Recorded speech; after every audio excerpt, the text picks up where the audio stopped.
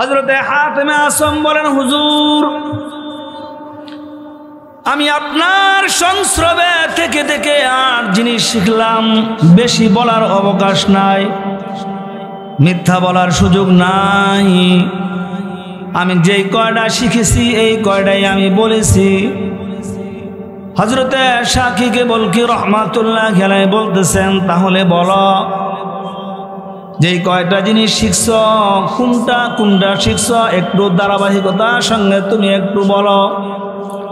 এবার হযরতে হাতেমে আসম রহমাতুল্লাহ আলাইহি শাকিকে বলকি রহমাতুল্লাহ আলাইহির প্রতি উত্তরে বললেন, হুজুর আমি দুনিয়ার জমিনে আপনার সংস্রবে থেকে থেকে আমি শিখছি, আমি তাকায় দেখছি এই পৃথিবীর জমিনে মানুষ কয়েকটা জিনিসকে মোহাব্বত করে, ভালোবাসে।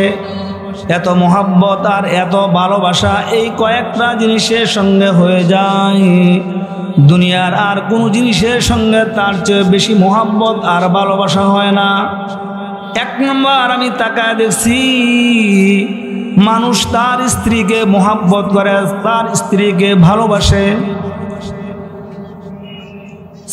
তার স্ত্রীর সঙ্গে মোহাব্বত আর ভালোবাসা এতই গালেব হয়ে যায়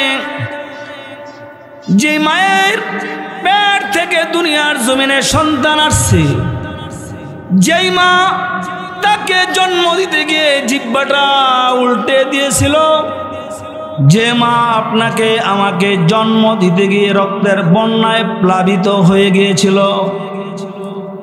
হাতেমে আসম বলেন, হুজুর আমি তাকায় দেখছি যে মায়ের কোলে প্রস্রাব করে দিয়েছে, যে মায়ের কোলে পায়খানা করে দিয়েছে, এই শীতের রজনীতে কোলের সন্তান ডান কাঁধে প্রস্রাব করে দিলে বাম কাঁধে শোয়, বাম কাঁধে প্রস্রাব করে দিলে মা প্রস্রাবের উপর শুয়ে থেকে সন্তানকে গরম জায়গায় বুকের উপর শোয়ায়। এত আদর যত্ন করে যেই সন্তানকে লালন পালন করে মা, আমি দুনিয়ার জমিনে তাকা দেখলাম ওই যুবক যখন, ওই সন্তান যখন বিবাহ বন্ধনে আবদ্ধ হয়ে যায়, স্ত্রীর মনোরঞ্জনের জন্য, স্ত্রীর শান্তির জন্য, স্ত্রীর কথা রক্ষার্থে ওই মাকেও কষ্ট দিতে দ্বিধাবোধ করে না। কথা বলেন ঠিক না বেঠিক? জোরে বলেন ঠিক না বেঠিক? আমাদের সমাজে আছে না? আছে না? হ্যাঁ আছে। আমি খেয়াল করে দেখছি এত মোহাব্বত এত ভালোবাসা তার স্ত্রীর সঙ্গে হয়ে যায়, এর চেয়ে মোহাব্বত আর ভালোবাসা পৃথিবীর জমিনে মনে হয় আর কারোর সাথে হয় না। এমনকি আমি খেয়াল করে দেখছি হুজুর, যে স্ত্রীর সঙ্গে 40টি বৎসর একাগ্র চিত্তে একা রুমে রাত্রি যাপন করেছে, যে রুমে নাতিও জায়গা দেয় নাই, বড় সন্তানকেও জায়গা দেয় নাই, বৃদ্ধ বয়স স্ত্রীর সঙ্গে এত মোহাব্বত আর এত ভালোবাসা, নাতি থাকতে চায় কিন্তু নাতিকেও রুমে জায়গা দেয় না।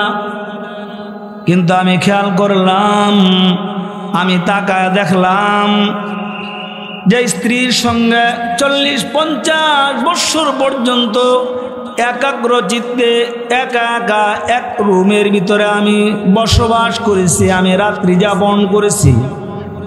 কিন্তু হঠাৎ করে আমার ইন্তেকাল হয়ে যায়, কিংবা আমার স্ত্রীর যদি ইন্তেকাল হয়ে যায়, মৃত্যু হয়ে যায়, আমি দুনিয়ার রীতিনীতি অনুযায়ী আমি তাকায় দেখছি 5টায় ফজরের আজান দিবে, 4টা বাজে ঘড়ির কাঁটা, এখন তাকায় দেখতেছি এখনো আমার ওই স্বামী আমার পাশে শুয়ে আছে, যেই স্বামী 40 বৎসর পর্যন্ত যার সঙ্গে আমি ঘর সংসার করলাম, শুধু রুহটা বের হয়ে গেছে, এখনো আমার স্বামীর লাশ পড়ে আছে। আগে শ্বাসটা বের হইতো আবার ঢুকতো, এখন তাকায় দেখি শ্বাস বের হয় না আর ঢুকেও না। আমার স্বামী এখনো শুয়ে আছে, কিন্তু আমার স্বামী নড়াচড়া করে না, ডাক দিলে শোনে না। এখনো তার চেহারার জায়গায় চেহারা, এখনো তার মুখের জায়গায় মুখ, এখনো তার হাতের জায়গায় হাত, এখনো পুরা বডি সব ঠিক আছে, শুধু রুহুটা নাই।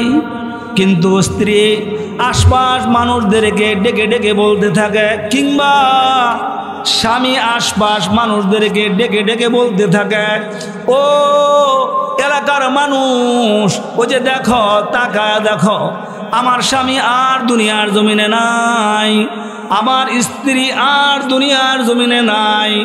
একা করে থাকতে আমার ভয় হয়, জলদি করে তোমরা আমার রুমে চলে আসো, আমার ঘরে চলে আসো।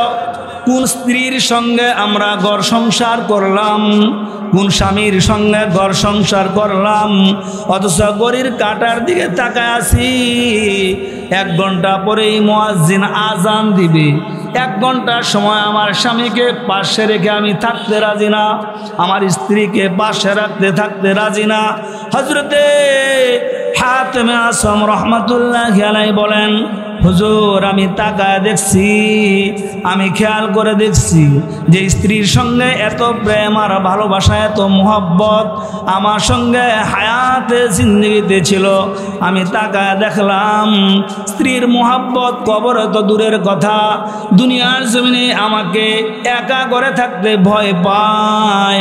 আমি খেয়াল করলাম যে স্ত্রী দুনিয়ার জমিনে আমাকে পাশে রেখে সে ভয় পায়, ময়দানে মাশরে এই স্ত্রী আমার কি কাজে লাগবে? কথা বুঝেন নাই? করোনা ভাইরাসের সময় দেখছেন না কি দেখছেন? সন্তান তার মা চিনে না, মা তার সন্তানকে চিনে নাই, বাপ তার সন্তানকে চিনে না, সন্তান তার বাবাকে চিনে নাই। কি হয়েছে রে, কি হয়েছে? Corona virus. দেখেন নাই? এই তো দুনিয়া, এর নামেই তো দুনিয়া। আগে তো আয়াত শুনতাম আর বলতাম কি করে সম্ভব, কিন্তু করোনা ভাইরাসে ইতিহাস করে গেছে। এই যে আল্লাহর বাণী, অনুফিখা ফিস-সূরি ফাসাইকা মান ফিস সামাওয়াতি ওয়া মান ফিল আরদ ইল্লা মান শাআল্লাহ। আরেক আয়াতে আল্লাহ বলেন, ইয়াউমা ইয়ারাউনাহা তাযহালু কুল্লু মুরদিআতিন আম্মা আরদাত ওয়া তাদাউ কুল্লু যাতি হামলিন হামলাহা ওয়া তারান নাসা সুকারা ওয়া মা হুম বিসুকারা ওয়ালাকিন্না আযাবাল্লাহি শাদীদ। আল্লাহ পাক বলেন, যখন ইসরাফিল সিংহায় ফু দিবে, তুমি দেখবা যে মা সন্তান পেটে ছিল, এই ভয়ে, এই আতঙ্ক দেখে প্রসব করে দিবে। কি করে দিবে? প্রসব করে দিবে। দুগ্ধ পান করাইতেছিল, বাচ্চা ছিঁড়ে ফেলে দিবে। তারা মাতালের মতো ঘুরবে। কিসের মতো ঘুরবে? মাতালের মতো ঘুরবে। আসলে তারা মাতাল নয়, বরং আল্লাহর এই ভয়ানক চিত্র দেখে তাদের শরীরে কম্পন তৈরি হয়ে যাবে। এই যে আয়াত, এগুলি কিন্তু করোনা ভাইরাস আমাদেরকে শিক্ষা দিয়ে গেছেন যে সন্তানের তার বাবার লাশটা পর্যন্ত ধরে নাই, যদি করোনা ভাইরাস তার শরীরে চলে আসে। এমন হয় নাই? হয়েছে। এজন্য আমাদের সঙ্গে যাবে আমাদের আমল। যাদেরকে মহব্বত করতেছি, যাদেরকে ভালোবাসতেছি, এগুলি আমাদের সাথীও হবে না, এগুলো আমাদের কবরে কোনো কাজেও লাগবে না। হযরতে হাতেমে আসম বলেন, হুজুর আমি তাকায় দেখলাম মানুষ স্ত্রীকে মহব্বত করে, এই মহব্বত কবরে যায় না। 2 নাম্বার, হুজুর আমি তাকায় দেখছি দুনিয়ার জমিনে মানুষ সন্তানকে মহব্বত করে, ভালোবাসে। সন্তানকে মহব্বত করে হালাল হারাম তারতম্য না করে উপার্জন করে সম্পদের বাহার বানায় যায়। এত সম্পদের তার প্রয়োজন নাই, কিন্তু তার দিলে মায়া, সন্তানের মায়া। বাতিজার এত সম্পদ আছে, আমার সন্তানের কেন থাকবে না? সন্তানের মায়ায় পরে সম্পদ উপার্জন করে মানুষ যায়। আমি তাকায় দেখছি, আমি খেয়াল করলাম যেই সন্তানকে মহব্বত করে ভালোবেসে সব মানুষ, সব বাবা, সব মা, কিন্তু আমি দুনিয়ার জমিনে মানুষের লাশের দিকে, মৃত বাড়ির দিকে তাকায় দেখছি,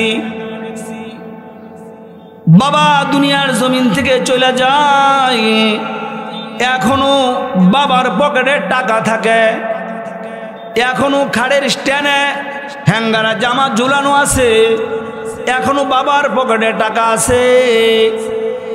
আমি টাকা দেখলাম, তার পকেটের টাকা নিয়ে ওই স্বজন, ওই সন্তান, ওই আপনজন কাফনের কাপড় কেনার জন্য বাজারে যায়। আমি খেয়াল করে দেখছি ওই সন্তান, ওই আপনজন, ওই স্বজন তার জন্য দামি কাপড় কিনে না, কম দামি কাপড় ক্রয় করে কাফনের জন্য নিয়ে আসে, কারণ মাটির সঙ্গে মিশ্রণ হয়ে যাবে। কোন সন্তান আপনার জন্য এমন নিম্নমানের কাপড় নিয়ে আসলো আপনি একবারও ভেবে দেখলেন না? যেই সন্তানের জন্য আপনি ঈদের বাজারে, ঈদের মার্কেটে, দোকানে গেলে দোকানদারকে বলতেন, ভাইজান ওই যে আমার সন্তান, কলিজার টুকরা সন্তান, আমার নয়নের পুত্রী সন্তান, তাকায় দেখেন, এই সন্তানের মানাংশী, সন্তানকে ভালো দেখা যায় এমন একটা জামা দেন। দোকানদার ভাই প্রথম পর্যায়ে কম দামি জামা দেয়, সব দোকানদারই আস্তে আস্তে করে কাস্টমারের চাহিদা অনুযায়ী দামি কাপড় বের করে। দোকানদার আপনার সন্তানের জন্য কম দামি কাপড় দিলে আপনার হাত থরথর করে কাঁপতো আর বলতেন, আমার সন্তানকে এত কম দামি কাপড় কোনোদিন পরাই নাই, আমার সন্তানকে সব সময় আমি দামি কাপড় পরাইলাম, আপনি কেন কম দামি কাপড় দিলেন? আপনার যেই সন্তানের জন্য কম দামি কাপড় কিনলে, দোকানদার দিলে, আপনার হাত থরথর করে কাঁপতো, ওই সন্তান আপনার পকেটের টাকা নিয়ে কাফনের কাপড় কেনার জন্য যায়, ওই সন্তান কিন্তু আপনার জন্য কোনোদিন দামি কাপড় ক্রয় করে না। কথা বলেন ঠিক না বেঠিক? কয় দামি কাপড় দিলে কি হবে? এটা না মাটির সঙ্গে মিশে যাবে, মাটির সঙ্গে। লাভ কি? কথাও তো ঠিক, লাভ কি? আমি বুঝাইতে চাইলাম লাভ কিছুই না। কার জন্য আমরা এত মেহনত করি? নিজের জিন্দেগি বরবাদ করে, আমল বিনষ্ট করে, নামাজ রোজা বর্জন করে, হক হালালের তারতম্য না করে, কার জন্য এগুলি করি? কার জন্য? কার জন্য? হিসাব মিলান দরকার। 3 নাম্বার, হযরতে হাতেমে আসম বলেন, হুজুর আমি তাকায় দেখলাম মানুষ সম্পদকে মহব্বত করে, সম্পদকে ভালোবাসে, সম্পদের মহব্বত এতই গালেব হয়ে যায়, পরের হক মারতো অন্ধ হয়ে যায়।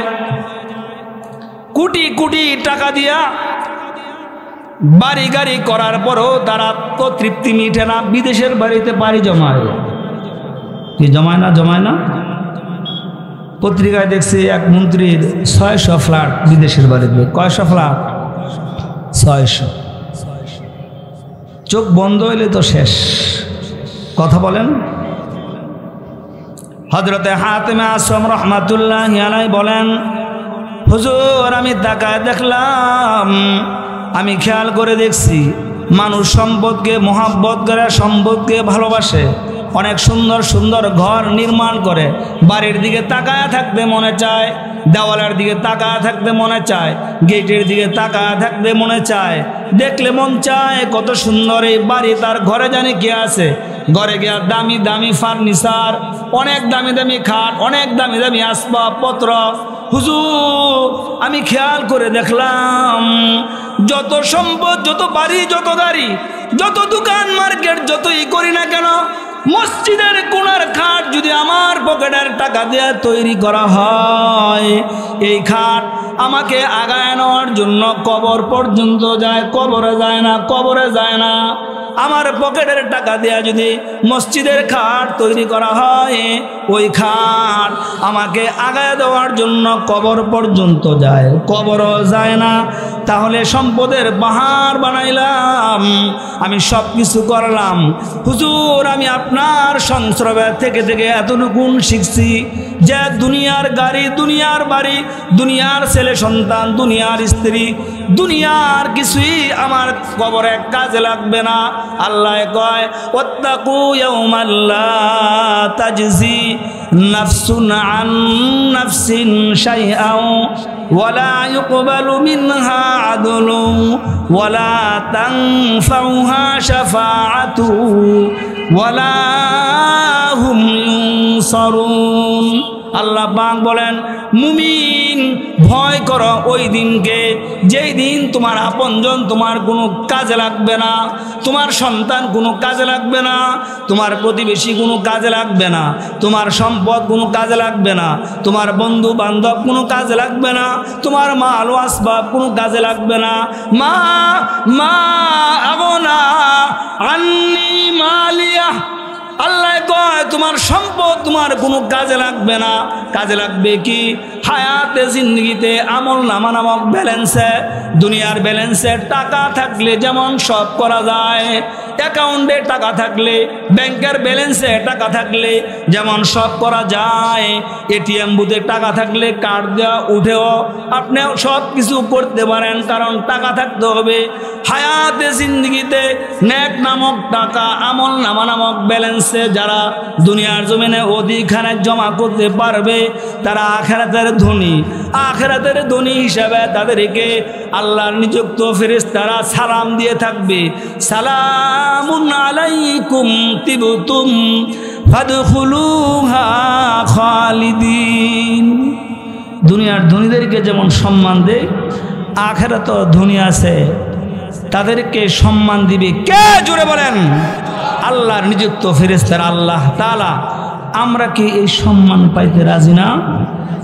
তাই হযরতে হাতেমে আসম বলেন, হুজুর আপনার সংস্রবে থেকে থেকে আমি কয়েকটা জিনিসের ভিতরে একটা জিনিস শিখছি, সব মহব্বত, সব ভালোবাসা, সব বৃথা, কিন্তু এগুলো আমার কবরের সাথী আর বাতি হবে না।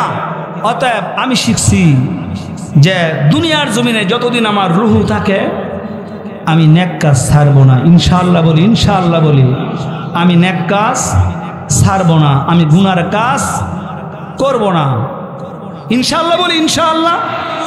আমরাও কি আজকের এই মাহফিল থেকে প্রতিজ্ঞা করতে পারি না যে আমরা ইনশাআল্লাহ, আমার মতো কত যুবক না পৃথিবীর জমিন থেকে চলে গেছে, হুন্ডার দুর্ঘটনায় চলে গেছে, তারও তো অনেক আশা ছিল, তারও তো অনেক চিন্তা চেতনা ছিল, আমি আসি, এখনো আমি আসি।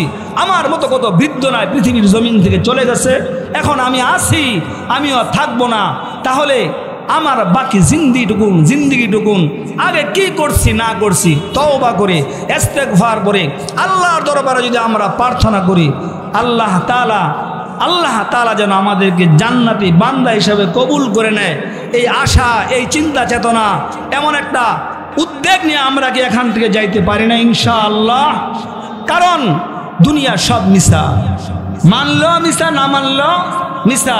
যে আয়াতে কারিমা আপনাদের সম্মুখে তেলাওয়াত করেছি, আল্লাহ তাআলা বলেন ফাআম্মা মান তাগা وآثر الحياة الدنيا فإن الجحيم هي المأوى وأما من خاف مقام ربه ونهى النفس عن الهوى ফাইন্নাল জান্নাতা হিয়াল মাওয়া। আল্লাহ পাক বলেন দুনিয়ার চাকচক্যের দিকে তাকায়া, দুনিয়ার নাজ ও নেয়ামতের দিকে তাকায়া, দুনিয়ায় প্রতিবেশীর বাড়ির দিকে তাকায়া, প্রতিবেশীর মার্কেটের দিকে তাকায়া, বন্ধু বান্ধবের টাকার দিকে তাকায়া, ফাম্মা মান তাগা, তুমি যদি সীমালঙ্ঘন করো, ওয়া সারাল হায়াতাদ দুনিয়া, আর হায়াতে জিন্দেগির আসবাবপত্রকে তুমি যদি প্রাধান্য দাও, তাহলে তুমি জেনে রাখো, তুমি মনে রাখো, ফাইন্নাল জাহিমা হিয়াল মাওয়া, তাদের আবাসস্থল হবে জাহান্নাম। জোরে বলেন নাউজুবিল্লাহ। জাহান্নামকে আমরা সহ্য করতে পারবো বাবা? রাসূল বলেন ক্বালান নাবিয়্যু সাল্লাল্লাহু আলাইহি ওয়াসাল্লাম ইন্না আহওয়ানা আহলিন নার মান লাহু নালানে শিরাকানে মিন নারি ইয়াগলি মিনহুমা দিমাগুহু কামা ইয়াগলিল মিরজাল মা ইউরা আন্না আহাদান আশাদ্দু মিনহু আযাবা ওয়া ইন্নাহু লাআহওয়ানুহুম আযাবা। আল্লাহর রাসূল বলেন ময়দানে মাশারে আমাদের নাম যদি জাহান্নামীদের দপ্তরে উঠে যায়, রাসূল বলেন সবচেয়ে নিম্নমানের জাহান্নামের আযাব যাকে প্রদান করা হবে তাকে শুধুই মাত্র একজোড়া আগুনের স্যান্ডেল পরিধান করায় দেওয়া হবে। আল্লাহর রাসূল বলেন গ্যাসের চুলার উপরে চাল আর পানি রেখে কিছুক্ষণ জাল দিলে কিছুক্ষণ পরে যেরকম নাকি টকবক করতে থাকে, টকবক করতে থাকে, আল্লাহর রাসূল বলেন জাহান্নামের ওই আগুনের ফিতাগুলি যখন পায়ে পরিধান করা দেওয়া হবে, তার মাথার মগজগুলি এরকম ভাবে টকবক করতে থাকবে। বান্দা আল্লাহর দরবারে বলবে আল্লাহ মা ইউরা আন্না আহাদান আশাদ্দু মিনহু আযাবা ওয়া ইন্নাহু লাআহওয়ানুহুম আযাবা। আল্লাহর রাসূল বলেন বান্দায় বলবে এর চেয়ে মারাত্মক সাজা মনে হয় কবরে আর নাই, জাহান্নামে আর নাই। না না না বাবা, আল্লাহর রাসূল বলেন ওয়া ইন্নাহু লাআহওয়ানুহুম আযাবা।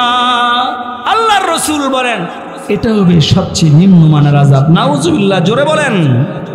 এই জন্য দুনিয়ার জিন্দেগিকে প্রাধান্য দিয়া আখিরাত ধ্বংস করা যাবে না। মান আহাব্বা দুনিয়াহু আদররা বি আখিরাতিহি ওয়া মান আহাব্বা আখিরাতাহু আদররা বি দুনিয়াহু ফাআসিরু মা ইয়াবকা আলা মা ইয়াফনা। রাসূল বলেন দুনিয়া মহব্বত করবা, আখিরাতের দিক দিয়ে কিছু ক্ষতিগ্রস্ত হইবা। আখিরাত মহব্বত করবা, দুনিয়ার দিক দিয়ে কিছু ক্ষতিগ্রস্ত হইবা। রাসূল বলেন ফাআসিরু মা আফনা আলা মা ইয়াবকা, তুমি ওই জিনিসকে প্রাধান্য দাও। ফাআসিরু মা আবকা আলা মা আফনা, যে জিনিস ধ্বংস হয়ে যাবে ওই জিনিসের প্রাধান্য দাও, যে জিনিস স্থায়ী হবে। স্থায়ী দুনিয়া না আখিরাত? জোরে বলেন আখিরাত। এই জন্য দেখতেছি যে এক হাদিসের ভিতরে আসছে, হাদিসটা আমি আপনাদের সামনে পেশ করি। এক হাদিসের ভিতরে আসছে দুনিয়ার ধনীরা আছে না, ধনী, অনেক টাকা পয়সা, অনেক বাড়ি গাড়ি, আরে টাকা পয়সা যে শান্তি নাই এটা তো মোটামুটি আমাদের বুঝে চলে আসছে। 5ই আগস্টের পরে বুঝে আসছে না, কোটি কোটি টাকায় যে শান্তি নাই, আমি এদিকে যাব না। কোটি কোটি কোটি কোটি টাকায় যে শান্তি নাই, এটা কি 5ই আগস্টের পরে আপনাদের মোটামুটি বুঝে আসছেনি? হ্যাঁ হ্যাঁ হ্যাঁ। তা টাকা পয়সায় শান্তি নাই, দুনিয়াটাই তো অল্প দিন। হাদিসে পাকের ভিতরে আসছে আল্লাহর রাসূল বলেন হাসরের কঠিন ময়দানে ধনীদেরকে, ধনী আছে না ধনী, ধনীদেরকে হাজির করবে আল্লাহর সামনে। কি করবে? কথা বলেন। আল্লাহর সামনে হাজির করবে। হাজির করার পরে ধনীদেরকে জিজ্ঞাসা করবে, ও ধনীরা, ও ধনীর দুলালেরা, দুনিয়াতে কেমন ছিল, কেমন ছিল? যারা শান্তিতে থাকে তারা কি বলবে? আমাদের চোখের সামনে অনেক শান্তিতে আছে না? এই ধনীদেরকে বলবে দুনিয়াতে কেমন ছিল? ওই ধনী লোকেরা বলবে, আল্লাহ, দুনিয়ার জমিনে আপনি আমাকে যা যা প্রদান করেছিলেন কল্পনাও করতে পারি নাই। শিবপুরে আমার ভালো জায়গায় বাড়ি ছিল, নরসিংদীতেও আমার সুন্দর বাড়ি ছিল, ঢাকায় আবাসিক প্রকল্পে নিকুঞ্জ, বসুন্ধরা, গুলশান, বনানী, বনশ্রীর এলাকার মতো জায়গায় আমার ফ্ল্যাট ছিল। একাধিক গাড়ি আর বাড়ির মালিক আমি ছিলাম বটে। আল্লাহ, দুনিয়ার জমিনে অনেক শান্তি আপনি আমাকে দান করেছিলেন। হায়াতে জিন্দগিতে এত শান্তিতে ছিলাম আমি ভেবেও দেখি নাই। একসাথে বহু বন্ধু বান্ধব ছিলাম, তাদের মাঝখান থেকে আপনি আমাকে অনেক ধনী বানাইছিলেন, অনেক আরামে রাখছিলেন, অনেক শান্তিতে রাখছিলেন। কিন্তু আপনার নাজ ও নেয়ামত, আপনার দুনিয়ার টাকা পয়সা পাওয়ার পরে যেভাবে আপনার গোলামি করা দরকার ছিল আমি তেমনটা করতে পারি নাই। হাসরের কঠিন ময়দানে যখন ধনী মানুষেরা এমন স্বীকারোক্তি দিবে, আল্লাহ তাআলা আল্লাহর নিযুক্ত ফেরেশতাদেরকে ডেকে ডেকে বলবে, ও ফেরেশতারা, ওই যে আমার ওই ধনী লোকদেরকে নিয়ে যাও, তাদেরকে ওই জায়গায় নিয়ে যাও, জাহান্নামের কিনারায় নিয়ে যাও। জাহান্নামের ভিতরে ঢুকাবা না। জাহান্নাম হাজার হাজার মাইল দূরে থাকবে, শুধুই মাত্র জাহান্নামের তাপটা শরীরে লাগবে। এতটুকুন শরীরে লাগার পরে তোমরা তাকে আমার কাছে আবার নিয়ে আসবা। ওই ধনী মানুষদেরকে আল্লাহর নির্দেশ অনুযায়ী আল্লাহর নিযুক্ত ফেরেশতারা তারা নিয়ে যাবে। নিয়ে যাওয়ার পরে জাহান্নামের তাপ শরীরে লাগতে থাকবে। ধনী মানুষেরা ফেরেশতাদের কাছে বলবে, আমার আর সহ্য হয় না, ওই যে জাহান্নামের তাপ আমার গায়ে লাগতেছে। কুল নারু জাহান্নামা আশাদ্দু হাররা। আল্লাহ পাক বলেন, পয়গম্বর আপনি বলে দিন, জাহান্নামের আগুন ভয়ানক আগুন। কথা আপনার নয়, কথাটা আমার জানিয়ে দেন। আপনি শুধু বলে দেন, ওই যে জাহান্নামের আগুনের কথা কোরআনে আসছে, হাদিসে আসছে। ধনী মানুষদের গায়ে যখন জাহান্নামের তাপ লাগতে থাকবে, তারা ফেরেশতাদেরকে বলবে আর সহ্য হয় না। আল্লাহর নির্দেশ অনুযায়ী ফেরেশতারা তাদেরকে জাহান্নামের কিনারা থেকে আল্লাহর সামনে নিয়ে আসবে। আল্লাহর সামনে নিয়ে আসার পরে আবার জাহান্নামীদেরকে আল্লাহ তাআলা, ওই দুনিয়ার ধনীদেরকে আল্লাহ তাআলা জিজ্ঞাসা করবে, ও দুনিয়ার ধনীরা, এখন জানতে চাই, এখন শুনতে চাই, দুনিয়ার জমিনে তোমরা কেমন ছিলা, কোন হালাতে ছিলা? ওই ধনী মানুষেরা আল্লাহর রসুল বলেন আল্লাহর সামনে স্বীকারোক্তি করবে, আল্লাহর সামনে বলতে থাকবে, আল্লাহর সামনে ফরিয়াদ করে করে ওই ধনী মানুষেরা বলতে থাকবে, কান্নাহুম। এই কথাটাও আল্লাহ তাআলা কোরআনে বলেছেন, কান্নাহুম ইয়াউমা ইয়ারাউনাহা লাম ইয়ালবাসু ইল্লা আশিয়াতান আও দুহাহা। হাসরের কঠিন ময়দানে জাহান্নামীরা বলবে, কান্নাহুম ইয়াউমা ইয়ারাউনাহা লাম ইয়ালবাসু ইল্লা আশিয়াতান আও দুহাহা। জাহান্নামীরা বলবে, ওই ধনী মানুষেরা বলবে, রব্বুল আলামিন, দুনিয়ার জমিনে আমাদের মনে হচ্ছে কেমন জানি আমরা এক সকাল ছিলাম। কান্নাহুম ইয়াউমা ইয়ারাউনাহা লাম ইয়ালবাসু ইল্লা আশিয়াতান আও দুহাহা। কেমন জানি আমরা এক সকাল ছিলাম, কেমন জানি আমরা এক বিকাল ছিলাম। দুনিয়ার আখিরাতের তুলনায় দুনিয়ার হায়াত কোনো তুলনা করা যায় না। আল্লাহ তাআলা বলছেন, ময়দানে মাশরে ওই ধনী মানুষেরা বলবে, কিসের শান্তির কথা জিজ্ঞাসা করেন? মনে হইতেছিল যেন এক সকাল কিংবা এক বিকাল আমরা দুনিয়ার জমিনে ছিলাম। হাদিসের শেষ অংশ হলো, আবার গরিব মানুষদেরকে আল্লাহ তাআলা আল্লাহর সামনে ডেকে আনবে, গরিব মানুষদেরকে জিজ্ঞাসা করবে কেমনে ছিল দুনিয়াতে, কি অবস্থায় কাটছিল তোমাদের দুনিয়া। গরিব মানুষেরা বলবে আল্লাহ কি জিজ্ঞাসা করতেছেন, কি বলতেছেন, এক বেলা খাবার জোগাইলে আর এক বেলা খাবারের ইন্তজাম আমি করতে পারি নাই। আমার প্রতিবেশীরা কত ভালো ভালো খাবার খেয়েছে, কত সুন্দর সুন্দর গাড়ি ব্যবহার করেছে, কত দামি দামি বাড়িতে তারা ছিল, কিন্তু আমি একটা টিনের দোতলা ছোট্ট একটা জীর্ণ শীর্ণ ঘরে আমি বসবাস করতাম। ইয়া আল্লাহ আপনি জিজ্ঞাসা করতেছেন আমি কোন অবস্থায় ছিলাম, আপনি সব জানেন, আপনি সব দেখেন।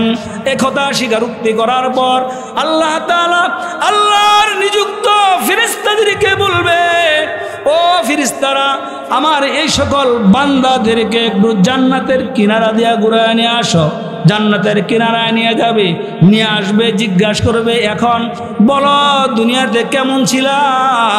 তখন ওই গরিব মানুষেরা বলবে রব্বুল আলামিন দুনিয়ার জমিনে গরিব ছিলাম বটে, কিন্তু যখনই মসজিদের মিনার থেকে আমার কানে আজানের আওয়াজ আসতো আমি ভাবতাম আমার মালিক আমাকে ডাকতেছে, ঘরে আর বসে থাকা যাবে না, মসজিদে চলে যাইতাম, আমি জিকরুল্লাহর আমল করতাম। এই জবান আমার মালিক আমাকে দান করেছে, তাই সকাল বিকাল জিকরুল্লাহর আমল করতাম। চোখ দিয়া আল্লাহর নাজ ও নেয়ামত দেখে দেখে আপনার ইবাদত বন্দেগী আর গোলামি করতাম।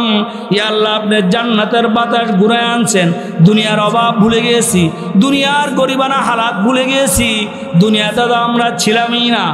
একই কথা ধনী মানুষের মতন তারাও বলতে থাকবে কান্নাহুম ইয়াউমা ইয়ারাউনাহা লাম ইয়ালবাসু ইল্লা আশিয়াতান আও দুহাহা। তারাও বলবে এক সকাল কিংবা এক বিকাল আমি দুনিয়ার জমিনে ছিলাম। কিসের দুনিয়ায় শান্তি আর অশান্তি? বাপজান চলে আসছে দেখতেছেন, আব্বার সঙ্গে চলাফেরা করছেন, একই মঞ্চে আলোচনা করছেন, ওনাকে রেখে 1 মিনিট কথা বলো আমার জন্য কি বেয়াদবি। তারপরে যেহেতু একটা হাদিস নিয়েছি, হাদিসটা আমি শেষ করলাম, আর যে হাদিসটা পাঠ করছি শুধু তর্জমাটা করি, আমি আমার আলোচনা শেষ করছি। রাসূল বলেন হুজিবাতিন নারু বিশ-শাহাওয়াত ওয়া হুজিবাতিল জান্নাতু বিল মাকারিহ। যায় খায়সাতে নফসানির পরে রয়েছে জাহান্নাম, পর্দা ঢেলে দেওয়া আছে, পর্দার ওই পারে কি আছে দেখেন, দেখেন বলেন, দেখেন। রাসূল বলেন হুজিবাতিন নারু বিশ-শাহাওয়াত, খায়সাতে নফসানির এত্তেবার গোলামি করা যুবক, মনে চাই তুমি ইউটিউবের অশ্লীল বেহায়াপনার গুনাহ করতেছো, মনে রাখবা ওই পারে তোমার জন্য জাহান্নাম অপেক্ষা করতেছে। হুজিবাতিন নারু বিশ-শাহাওয়াত, রাসূল বলেন এই জাহান্নামের আর তোমার মাঝখানে পর্দা ঢেলে দেওয়া হয়েছে, মরবা তো খায়সাত নফসিন ইত্তেবা করে জাহান্নামে ঢুকবা। ওয়া হুজিবাতিল জান্নাতু বিল মাকারিহ, আর রাসূল বলেন এই যে এখান থেকে কষ্ট, তোমার ফিরে আসা কষ্ট, চোখের গুনাহ থেকে ফিরে আসা কষ্ট, শীতের দিনে ওযু করে মসজিদে যাওয়া কষ্ট, কষ্ট করবা তো লুকাইতে আছে জান্নাতের উপরে পর্দা, কষ্ট করবা তো সুজা জান্নাতে ঢুকে যাবা। সুবহানাল্লাহ জোরে বলেন। আল্লাহ আমাদেরকে বুঝবার আমল করার তৌফিক দান করুন, সকলে বলেন আমিন। ওয়া আখিরু দাওয়ানা আনিল হামদুলিল্লাহি রাব্বিল আলামিন।